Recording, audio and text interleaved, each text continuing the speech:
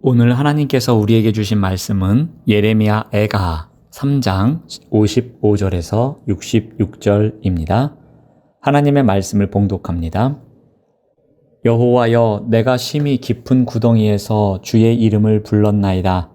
주께서 이미 나의 음성을 들으셨사오니 이제 나의 탄식과 부르짖음에 주의 귀를 가리지 마옵소서. 내가 주께 아랫날에 주께서 내게 가까이 하여 이르시되 두려워하지 말라 하셨나이다. 주여, 주께서 내 심령의 원통함을 풀어주셨고 내 생명을 속량하셨나이다.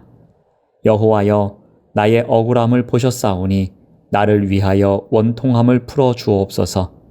그들이 내게 보복하며 나를 모해함을 주께서 다 보셨나이다. 여호와여, 그들이 나를 비방하며 나를 모해하는 모든 것, 곧 일어나 나를 치는 자들의 입술에서 나오는 것들과 종일 나를 모해하는 것들을 들으셨나이다. 그들이 앉으나 서나 나를 조롱하여 노래하는 것을 주목하여 보옵소서.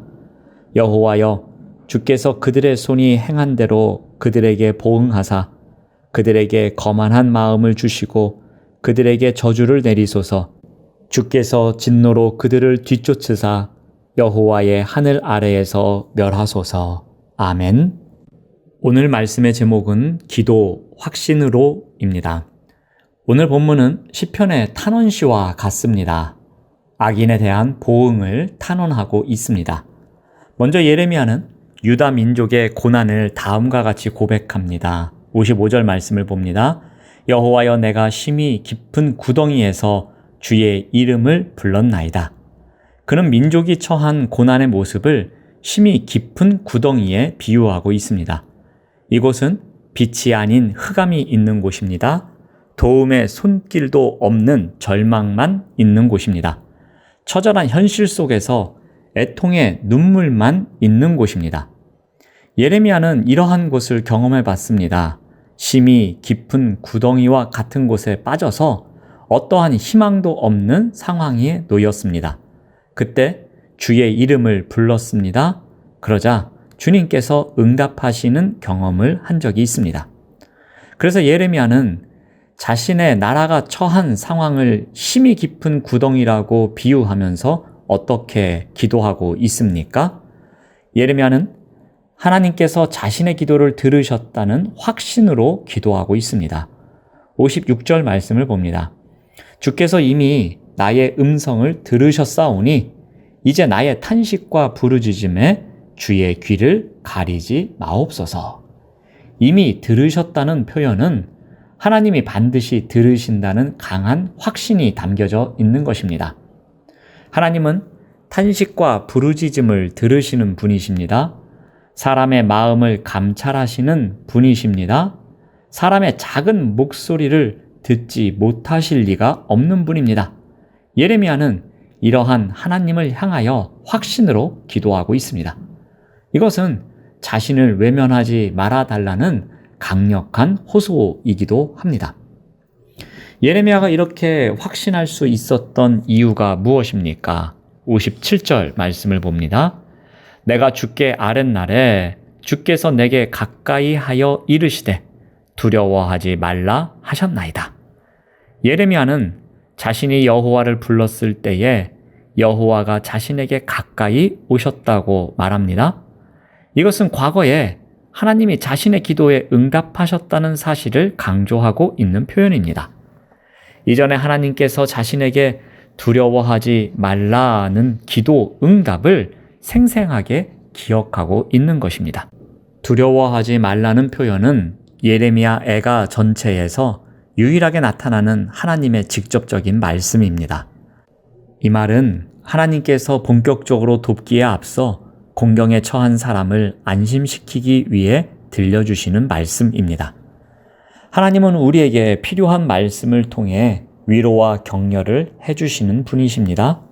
두려워 떠는 사람에게 위로는 큰 힘이 됩니다. 우리가 기도할 때 주님의 말씀을 떠올리며 그 말씀을 붙잡고 하나님께 호소해야 합니다. 그리고 과거 하나님께서 베푸신 은혜를 회고하며 그 은혜를 다시 베풀어 주실 것을 간구해야 합니다. 58절에서 59절 말씀을 봅니다. 주여 주께서 내 심령의 원통함을 풀어주셨고 내 생명을 속량하셨나이다.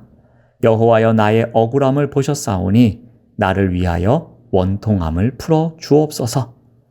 예레미야는 마음의 원통함을 풀어 주셨고 나의 생명을 구해 주셨던 하나님께서 이제 나의 억울함을 보시고 나의 원통함을 풀어달라고 간구합니다. 예레미야는 하나님께 자신이 당하는 모든 비방과 음모를 알아달라고 합니다.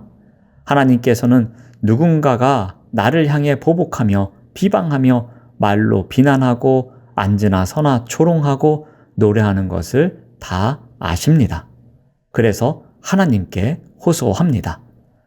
64절에서 66절 말씀을 봅니다.